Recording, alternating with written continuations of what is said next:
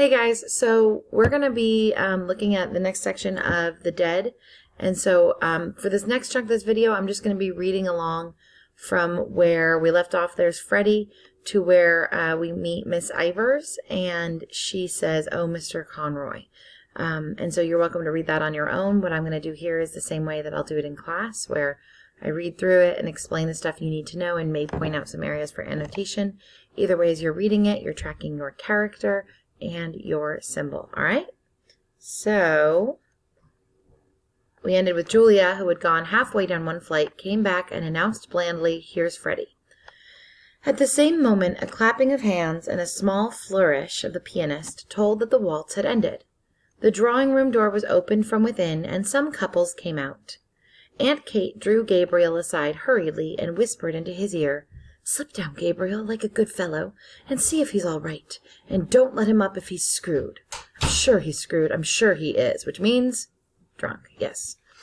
Gabriel went to the stairs and listened over the banisters. He could hear the two persons talking in the pantry. Go eat your lunch. Then he recognized Freddie Malon's laugh. He went down the stairs noisily. So he's doing that noisily so that Freddie knows he's coming, right? "It's such a relief," said Aunt Kate to Mrs. Conroy, "that Gabriel is here. I always feel easier in my mind when he's here. Julia, there's Miss Daly, and Miss Power will take some refreshment. Thanks for your beautiful waltz, Miss Daly. It made lovely time." So she's thanking Miss Daly for playing the piano because, they wouldn't have had recordings. So especially given that the Morkan sisters run a music academy, their pupils would be playing the music for them, for everyone to dance to. A tall, wizen-faced man with a stiff, grizzled mustache and swarthy skin, who was passing out with his partner, said, "And may we have some refreshment too, Miss Morkan?" Wizen means wrinkled, and grizzled is kind of gray and bristly. Swarthy means dark. So if you're tracking light and dark, that could work. He's still white, so you're not talking swarthy like dark skin, but there's different shades of color, so somebody more like an Italian skin tone might be considered more swarthy. And passing out with his partner means coming out of the drawing room from their dance. "Julia," said Aunt Kate summarily, "here's Mr. Brown and Miss Furlong. Take them in, Julia, with Miss Daly and Miss Power." So, these parties are very formal. People have to be ushered in and out of different places. Mr. Brown, by the way, if you're tracking Brown, his last name is Brown, and that would be pretty important. Thank you. The other important thing to know is that Brown was a Protestant surname. All right. "I'm the man for the ladies," said Mr. Brown. Ew. Oh, said Mr. Brown, pursing his lips until his mustache bristled and smiling in all his wrinkles. "You know, Miss Morkan, the reason they're so fond of me is—" He did not finish his sentence, but seeing that Aunt Kate was out of earshot, at once led the three young ladies into the back room. Joyce does this so beautifully. She's clearly so annoyed with Mr. Brown. She finds him obnoxious. She doesn't laugh at his dumb joke about, "Can we have refreshments too?"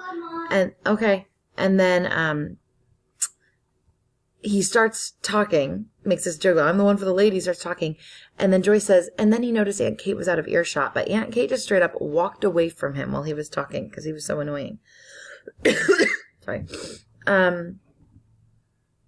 The middle of the room was occupied by two square tables placed end to end, and on these Aunt Julia and the caretaker were straightening and smoothing a large cloth. So that's Lily's father, we think, right? On the sideboard were arrayed dishes and plates and glasses and bundles of knives and forks and spoons. The top of the closed square piano served also as a sideboard for viands and sweets. Viand is kind of a fancy word for food, but it has, again, vivacious, that sense of liveliness about it. At a smaller sideboard in one corner, two young men were standing drinking hop bitters. That would be like a soft drink. Mr. Brown led his charges thither and invited them all, in jest, to some ladies' punch, hot, strong, and sweet. I don't know what that is, and I've looked it up. I think it's just punch would imply that there's alcohol in it, and as we talked about with Dickinson, it was not considered proper for ladies to drink. So maybe he's saying something that's very strong and saying, "Oh, this is for the ladies," as a joke. That's my best guess. But we're getting the idea here that he's pretty obnoxious, right? As they said they never took anything strong, he opened 3 bottles of lemonade for them. Then he asked one of the young men to move aside, and, taking hold of the decanter, filled out for himself a goodly measure of whiskey.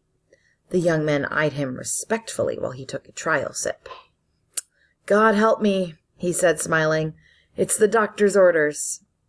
His wizened face broke into a broader smile, and the 3 young ladies laughed in musical echo to his pleasantry, swaying their bodies to and fro with nervous jerks of their shoulders. The boldest said, "Oh, now, Mr. Brown, I'm sure the doctor never ordered anything of the kind." So, again, I'm seeing people who are very, despite the young men looking at him respectfully, it seems like the women are uncomfortable. Mr. Brown took another sip of his whiskey and said with a sidling mimicry, "Well, you see, I'm like the famous Mrs. Cassidy, who is reported to have said, 'Now, Mary Grimes, if I don't take it, make me take it, for I feel I want it.'" I don't know what that means, and it doesn't matter. Is that all your voice, Mom? Uh-huh, honey. His hot face had leaned forward a little too confidentially, and he had assumed a very low Dublin accent, that's like a low-class accent, so that the young ladies, with one instinct, received his speech in silence. Miss Furlong, who was one of Mary Jane's pupils, asked Miss Daly what was the name of the pretty waltz she had played, and Mr. Brown, seeing that he was ignored, turned promptly to the 2 young men, who were more appreciative. A red-faced woman dressed in pansy came into the room, excitedly clapping her hands and crying, "Quadrilles! Quadrilles!" That's like a complicated square dance. So she's calling people excitedly back into the room to dance. Close on her heels came Aunt Kate, crying, "2 gentlemen and 3 ladies, Mary Jane." So they're saying that's how many people they need to complete the dance. "Oh, here's Mr. Bergen and Mr. Kerrigan," said Mary Jane. "Mr. Kerrigan, will you take Miss Power? Miss Furlong, may I get you a partner, Mr. Bergen? Oh, that'll do just now." "3 ladies, Mary Jane," said Aunt Kate. The 2 gentlemen asked the ladies if they might have the pleasure, and Mary Jane turned to Miss Daly. "Oh, Miss Daly, you're really awfully good after playing for the last 2 dances, but really we're so short of ladies tonight." "I don't mind in the least, Miss Morgan." "But I've got a nice partner for you, Mr. Bartell D'Arcy, the tenor. I'll get him to sing later on. All Dublin is raving about him." Lovely voice," said Aunt Kate. None of this really matters, but are you noticing just how logistical all this is? That they can't just dance. There have to be paragraphs about how getting everybody together for the dance. And this is starting to set up a little bit of an idea that in Dublin there's a lot of talk and not a lot of action. And any action that is taking is so tedious that it almost loses its meaning. But I'm jumping ahead of myself here. As the piano had twice begun the prelude to the first figure, that's the first part of the quadrille, Mary Jane led her recruits quickly from the room. They had hardly gone when Aunt Julia wandered slowly into the room, looking behind her at something. "What's the matter, Julia?" asked Aunt Kate anxiously. "Who is it?" Julia, who was carrying in a column of table napkins, turned to her sister and said, simply, as if the question had surprised her, "Well, it's only Freddie, Kate, and Gabriel with him." In fact, right behind her, Gabriel could be seen piloting Freddie Malins across the landing. Piloting means he's steering him. This is not good news if we're hoping that Freddie Malins is sober, right? The latter, a young man of about 40, was of Gabriel's size and build, with very round shoulders. His face was fleshy and pallid, that's pale, touched with color only at the thick-hanging lobes of his ears and at the wide wings of his nose. He had coarse features, a blunt nose, a convex and receding brow, tumid and protruded lips. Tumid means swollen. His heavy-lidded eyes and the disorder of his scanty hair made him look sleepy. He was laughing heartily in a high key at a story which he had been telling Gabriel on the stairs, and at the same time rubbing the knuckles of his left fist backwards and forwards into his left eye. "Good evening, Freddie," said Aunt Julia. Freddie Malins bade the Misses Morkins good evening in what seemed an offhand fashion, by reason of the habitual catch in his voice, and then, seeing that Mr. Brown was grinning at him from the sideboard, crossed the room on rather shaky legs and began to repeat in an undertone the story which he had just told to Gabriel. I think this is just showing that he's drunk. I believe the habitual catch would be like a hiccup, which might be an indication that he's had too much to drink. "He's not so bad, is he?" said Aunt Kate to Gabriel. Gabriel's brows were dark, but he raised them quickly and answered, "Oh no, hardly noticeable." He is being really sarcastic here. "Now isn't he a terrible fellow?" she said. "And his poor mother made him take the pledge on New Year's Eve." The pledge was part of the temperance movement, pledging to not drink anymore. So on New Year's Eve, he said he wouldn't drink anymore, but now it's, I believe, Christmas time. And he's clearly back in it. "But come on, Gabriel, into the drawing room." Before leaving the room with Gabriel, she signaled to Mr. Brown by frowning and shaking her forefinger in warning to and fro, meaning don't pour him any drinks. Mr. Brown nodded in answer, and when she had gone, said to Freddie Malins, "Now then, Teddy, I'm going to fill you out a good glass of lemonade just to buck you up." I don't know. Teddy is usually a nickname for Theodore. I don't believe it's a nickname for Fred. It might just be that he's drunk, and so he's calling him Teddy when his name is Freddie. I don't know. Freddie Malins, who was nearing the climax of his story, waved the offer aside impatiently.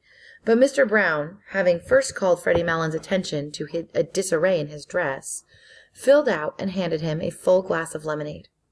Freddie Malins' left hand accepted the glass mechanically, his right hand being engaged in the mechanical readjustment of his dress. Dress just means his outfit. He's not wearing a dress. It means of what he is dressed in. Mr. Brown, whose face was once more wrinkling with mirth, poured out for himself a glass of whiskey, while Freddie Malins exploded before he had well reached the climax of his story in a kink of high-pitched bronchitic laughter, and setting down his untasted and overflowing glass, began to rub the knuckles of his left fist backwards and forwards into his left eye, repeating words of his last phrase, as well as a fit of laughter would allow him. Gabriel could not listen while Mary Jane was playing her Academy piece, full of runs and difficult passages to the hushed drawing-room. He liked music, but the piece she was playing had no melody for him, and he doubted whether it had any melody for the other listeners, though they had begged Mary Jane to play something. 4 men, who had come from the refreshment room to stand in the doorway at the sound of the piano, had gone away quietly in couples after a few minutes. The only persons who seemed to follow the music were Mary Jane herself, her hands racing along the keyboard, or lifted from it at the pauses like those of a priestess in momentary imprecation, and Aunt Kate standing at her elbow to turn the page. That's almost it for the recording, so I'm going to start another one. Yay! Are you lucky?